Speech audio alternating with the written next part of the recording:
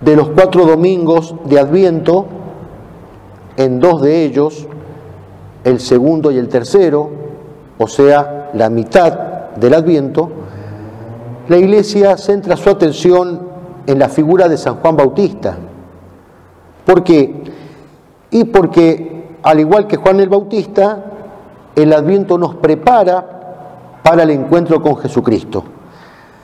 Juan recibió de Dios la misión de ser el precursor, el que va adelante, el pregonero, y llevó a cabo esa misión al estilo de los grandes, porque lo precedió a Cristo en todo.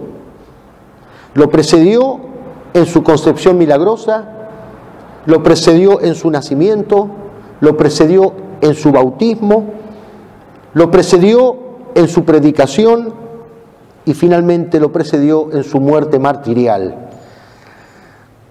En el Evangelio de hoy lo vemos en el desierto, vestido con piel de camello, con un cinturón de cuero y alimentándose con langostas y miel silvestre.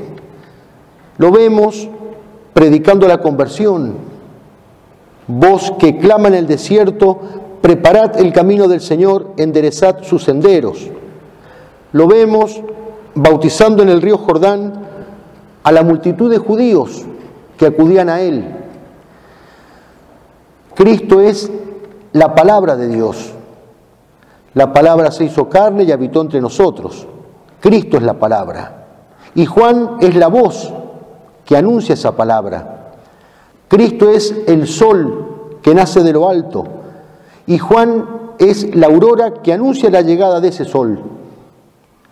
Juan es el último de los profetas y a la vez el más grande de todos ellos, porque a ese Mesías que anunciaron los profetas del Antiguo Testamento, Juan tuvo el privilegio de tenerlo frente a frente, de señalarlo con el dedo.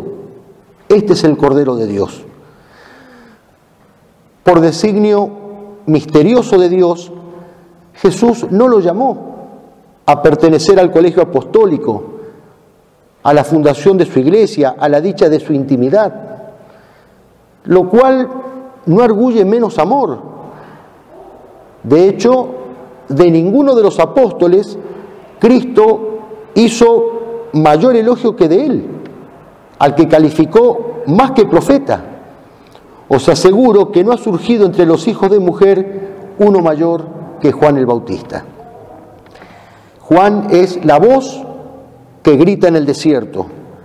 Es el puente tendido entre Cristo y los hombres, para que los hombres, cruzando por ese puente, lleguen hasta Cristo, hasta el mismo Dios.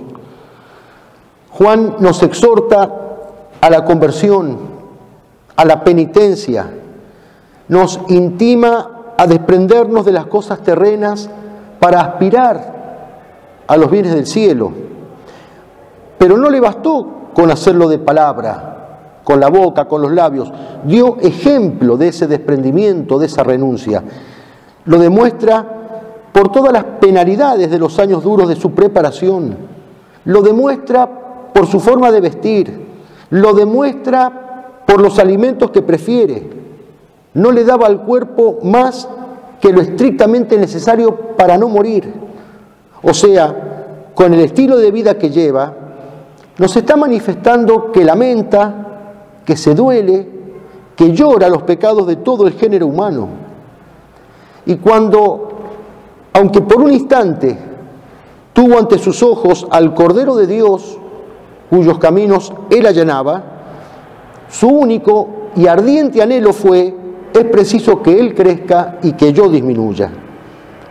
Y que disminuya no solo en renombre, en fama, en reputación, sino aún en su ser espiritual, ya que de esta manera el propio ser desaparece para dar lugar al ser de Jesucristo.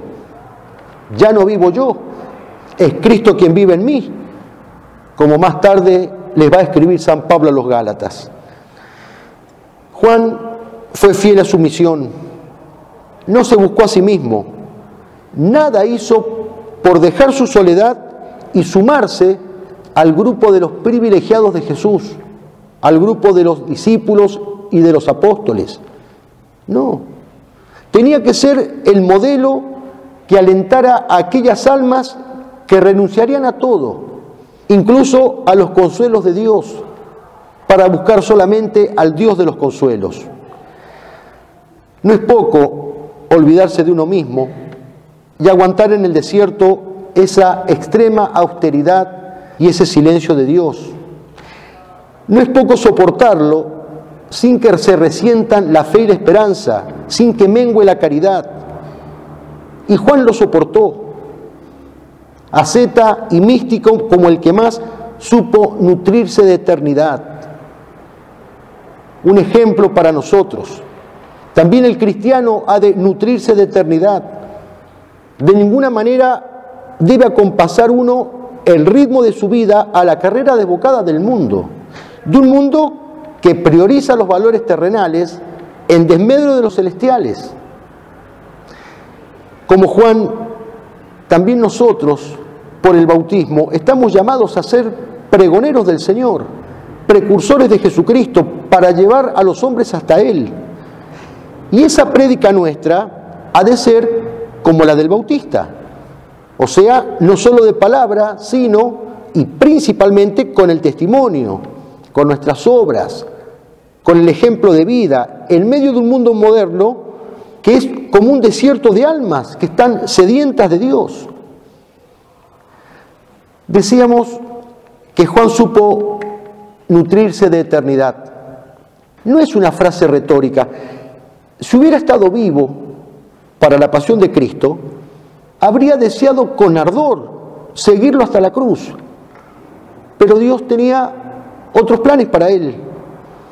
No iba a terminar sus días en el Calvario, sino decapitado por orden del rey Herodes en la soledad de una celda subterránea, la cárcel de Maqueronte. Cristo dijo de él: Juan era la antorcha que arde y que ilumina.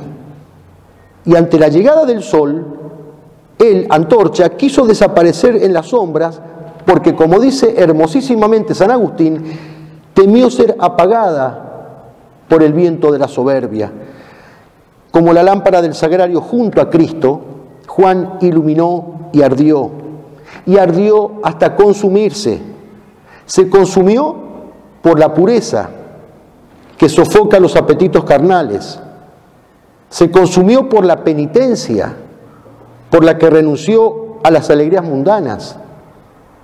Y sobre todas las cosas, se consumió por la caridad, por el amor, que es fuego, y el fuego consume lo que quema. Pureza, penitencia y caridad. Puro, penitente y amante. Y amante con un amor en hervor. Así deberíamos vivir los cristianos nuestro bautismo. No hay justificación alguna para que nuestra caridad quede en un tibio rescoldo. Tiene que ser un fuego devorador.